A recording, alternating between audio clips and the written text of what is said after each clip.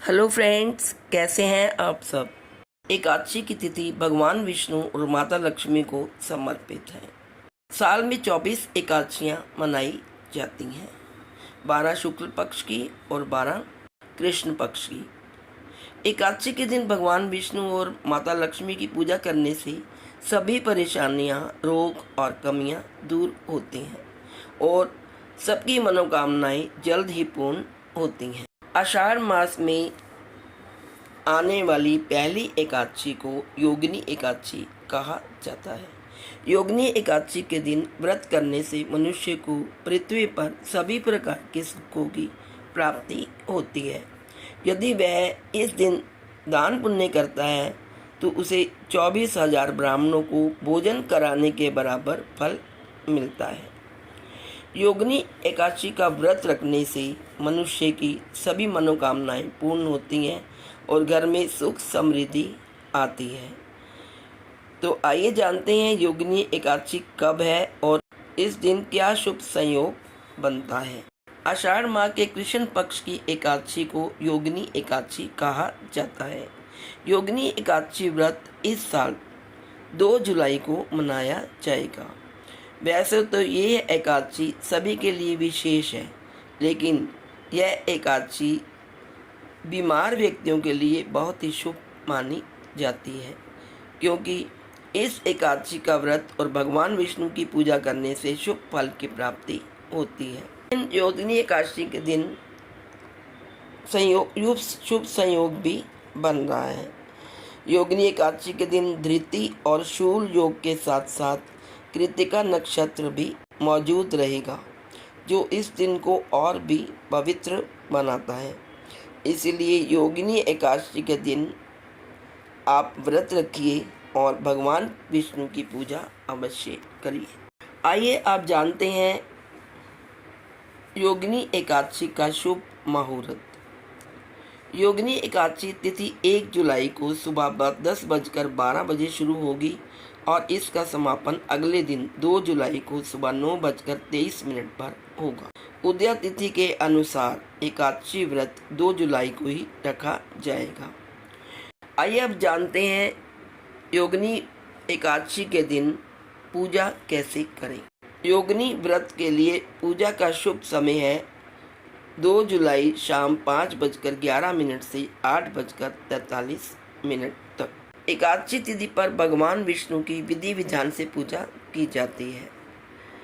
एकादशी के एक दिन पहले सात्विक भोजन करना चाहिए।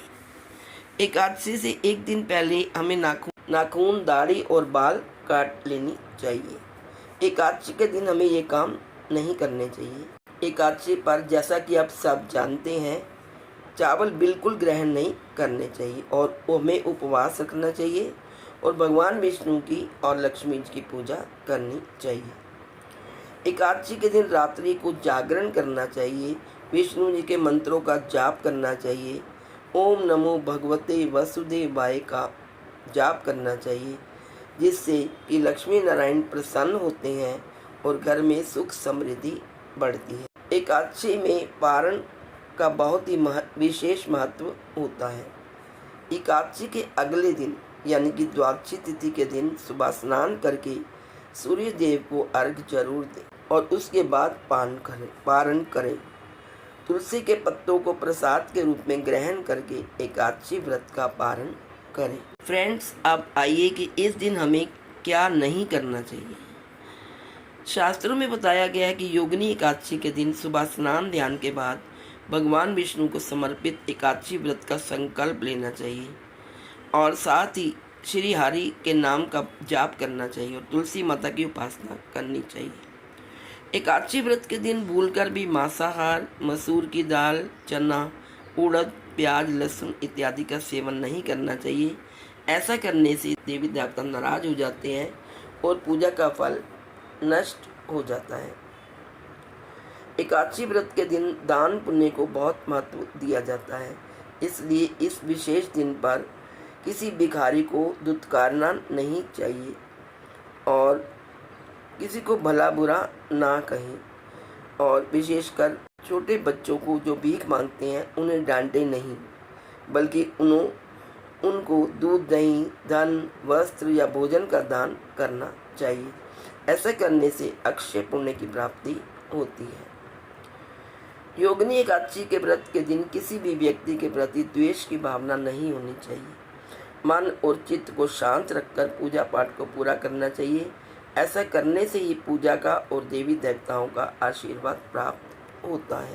शास्त्रों में बताया गया है कि एकादशी व्रत के दिन तुलसी के पौधे को स्पर्श और उसमें पानी नहीं डालना चाहिए। ऐसा इसलिए क्योंकि मानना है कि एकादशी व्रत के दिन माता तुलसी भगवान विष्णु के लिए निर्जला उपवास रखती है। साथ ही इस दिन तुलसी के पत्ते भी नहीं तोड़ने चाहिए, बल्कि तुलसी के पत्तों की और तुलसी के पेड़ की पूजा और उपासना करनी चाहिए। तो दोस्तों, ये थी संपूर्ण जानकारी योगिनी एकादशी के व्रत की। आप सबको मेरी तरफ से योगिनी एकादशी की हार्दिक शुभकामनाएं। मेरी विष्णु भगवान जी से प्रार्थना है कि ये एक योगिनी एकादशी आपके लिए सुख समृद्धि लाए और आपके जीवन में शांति प्रदान करें, आपकी सारी मनोकामनाएं पूर्ण करें और आपको पुण्य फल प्रदान करें। इसी के साथ ही मैं लेती हूँ आपसे विदा। नेक्स्ट वीडियो में फिर मिलूँगी एक नई वीडियो लेकर। तब तक के लिए बाय बाय, टेक केयर। ओम नमो भगवते वासुदेवाय। Please like, share and subscribe. Thank you so much.